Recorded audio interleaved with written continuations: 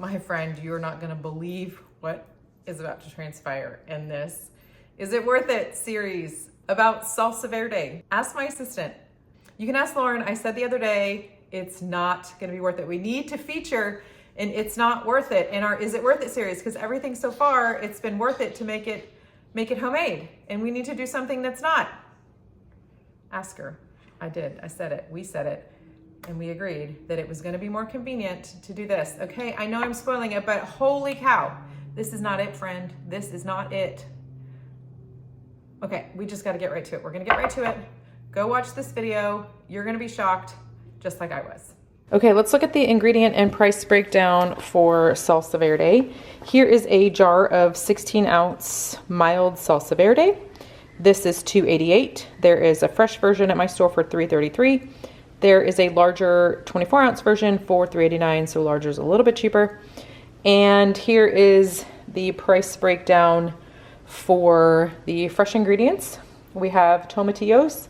I'm going to use 12 or 13, maybe 14, depending on the sizes. Once we get these leaves removed, we'll see. But they're 10 cents a piece, so roughly $1.25 to $1.50. We're going to use a little bit of this cilantro, not the whole batch, so about 10 cents. 2 tablespoons of lime juice, half of this onion.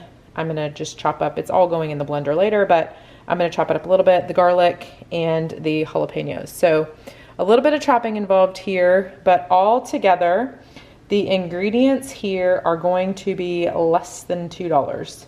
Even if I did all 15 tomatillos, $1.50 to $2.33 if I did all 15 tomatillos.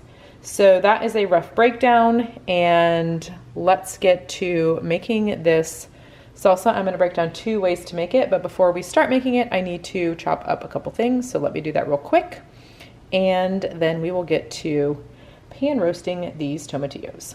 Okay, I only need a little bit of this, so I'm just going to peel off a little. I'll use the rest for something else later this week.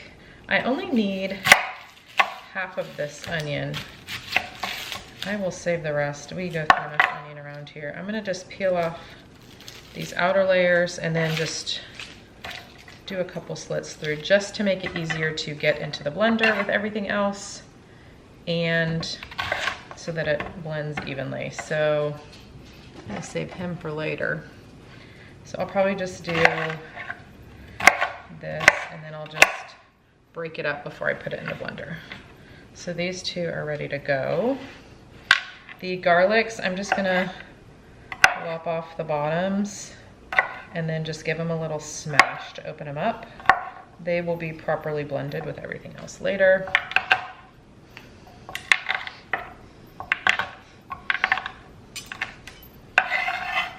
Last but not least, the jalapenos.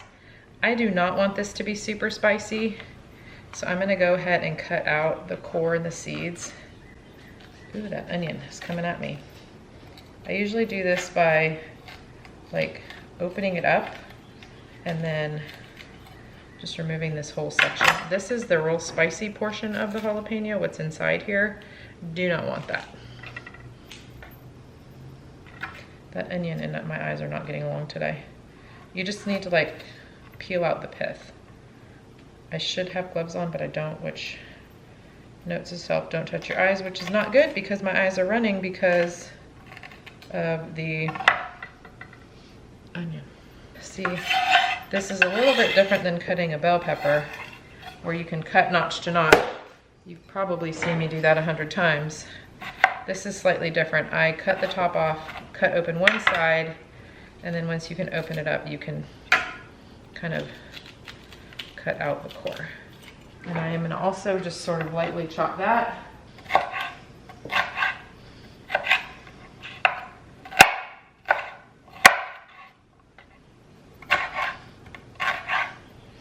Now all of this is ready to go into the blender with the tomatillos. We're gonna move over to the stove next, and I will show you how to pan roast the tomatillos and explain how to broil them and get them ready for the blender. We have oil in the pan, and then we're going to just peel off the leaf. I'm just gonna coat the bottom of this pan pretty well. It'll coat better once I turn the heat on, and I'm gonna turn the heat over onto medium. And then after I peel off the leaves, I'm gonna you just kind of peel and twist. I'm gonna place them all stem side down. After a few minutes of pan roasting, we will flip them over. We are gonna blister both sides. So I'm just going to do this while that's heating up. We're just gonna fill up our pan, blister for a couple minutes on one side. I will use my tongs to flip them over. And really we're just trying to get these to soften and also get a little of that charring flavor that will go in with the sauce as well. If you have any guys like this, like go ahead and pull off as much of that leaf as you can. The other way to cook these is under the broiler. You're gonna put these like this, face side down, under the broiler for about 5 minutes. I do the low broiler on mine, and then they will blister on the top, take them out, and they'll be ready to add to the blender. So this is basically pan roasting under the broiler. The low broiler is also basically the same thing, just a different cooking mechanism. The idea here is to get them to slightly blister and soften so that they blend smoothly. Okay, now that they're all in, I'm gonna turn up the heat to high. That'll get this pan roasting and blistering going a little faster, and I'll be back shortly when I flip them over.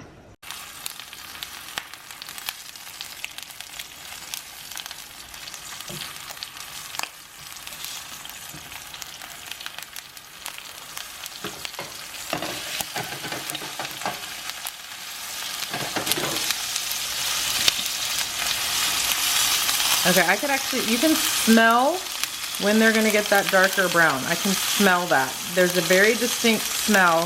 You see that blistering of the skin? That's just perfect.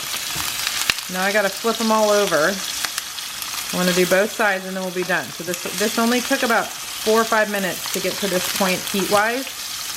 I might turn it down just a smidge.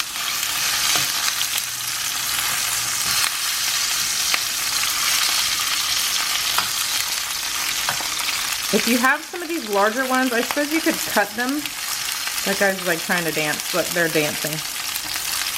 Okay, I know. Look, that one's literally dancing in the oil. Okay, this is looking pretty good. I'm gonna turn it back down a touch more. I can see a little smoke coming out. We don't want to burn anything. We want them to be charred, but not overly done. Can you see the slightly brighter color too? They got like a brighter green than when we first put them in here. And there comes more smoke. Oh, hey now, easy. What is that movie where it's like slippery little suckers and was it an oyster that went flying? Remind me of that movie, I can't remember. Why am I blanking? Old lady brain over here. But they're dancing again. They're so cute dancing in the skillet, aren't they? Okay, I'm gonna let these go another minute and then we're gonna go over to the blender, so see you over by the blender. Time to blend. So I'm just going to transfer all of these little friends in here. And then everything that's on the cutting board here, plus 2 tablespoons of lime juice. Like the blade that's in there makes it hard. I should have filled that up differently. Okay, all of this jalapeno. We are at the fill line here, friends. All right, I know it's gonna get smaller. Okay, so we're gonna start with this. And okay, this is gonna be loud. I'll be back once it's done blending, or I'll turn the volume down.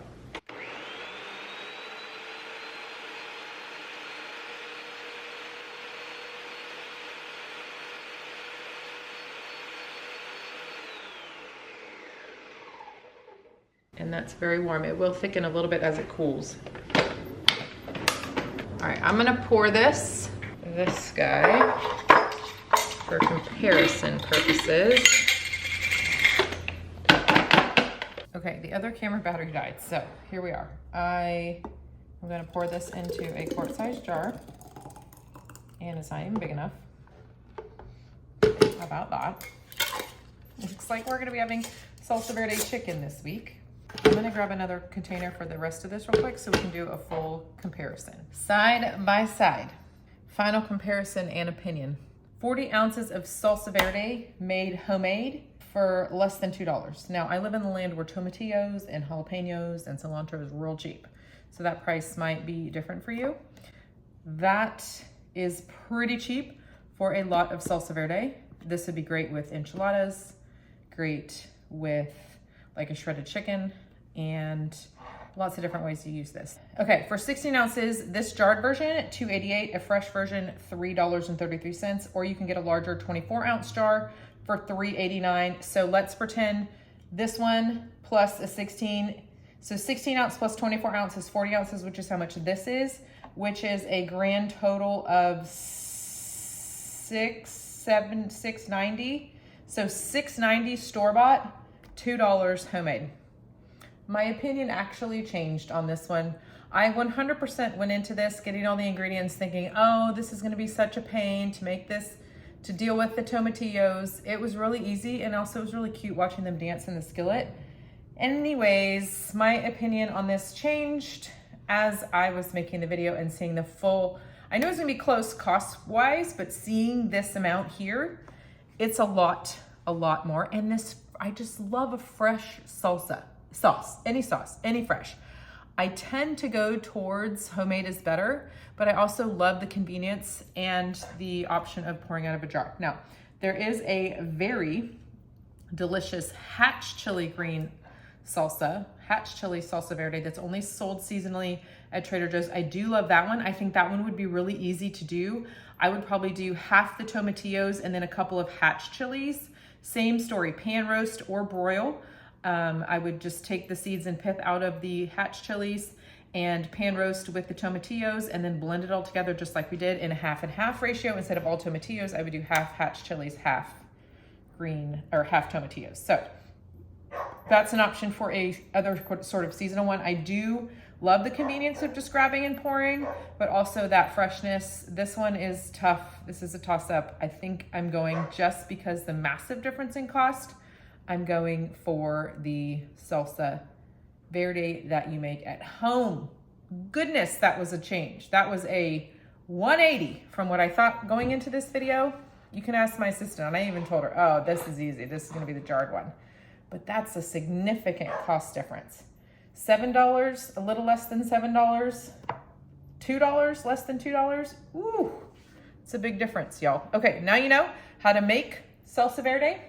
It's easier than you think, and also, you know my opinion about that. Okay, we have a lot of salsa verde here. So I did mention using some for dinner, using some, you know, for some sort of leftovers. This is gonna store in the fridge up to 7 days. If you're not gonna use it by then, I would go ahead and pour it in small little containers of some kind. If you have those little little super cubes, if you have the large silicone cubes, I have a silicone tray with these giant ice cubes, I would use that. That way it's in kind of smaller chunks.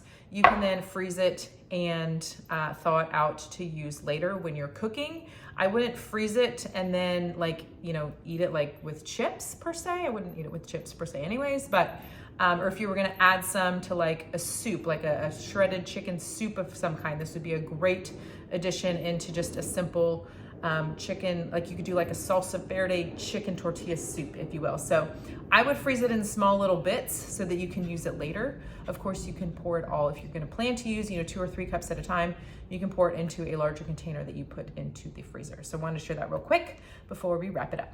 Okay, if your opinion changed like mine throughout this video, as you're watching, hit me up with a thumbs up. Let other people know about this video. If you learned something new, like how to make homemade salsa verde, or how easy it is to do it in a pan. You don't have to worry about the oven and the broil or heating things up too badly. Also give me a thumbs up, and also please subscribe to the channel. We are releasing new videos all the time, both in this Is It Worth It series. In the case of salsa verde, plot twist, I think it is. This is a lot of salsa, y'all. That's a lot. Still kind of warm jars, but I can hold them. This is a lot. So is it worth it? I think so. Especially if you're intentional with how you're gonna use it. This is a lot. I would plan to use this for 2 different recipes, or I would use it for dinner tonight and then use it to freeze something for later, like our layered salsa verde chicken enchiladas. I will put that recipe down below this video. All right, my friends, thanks for the like. Thanks for subscribing. It's bye for now, and I will see you in the next episode.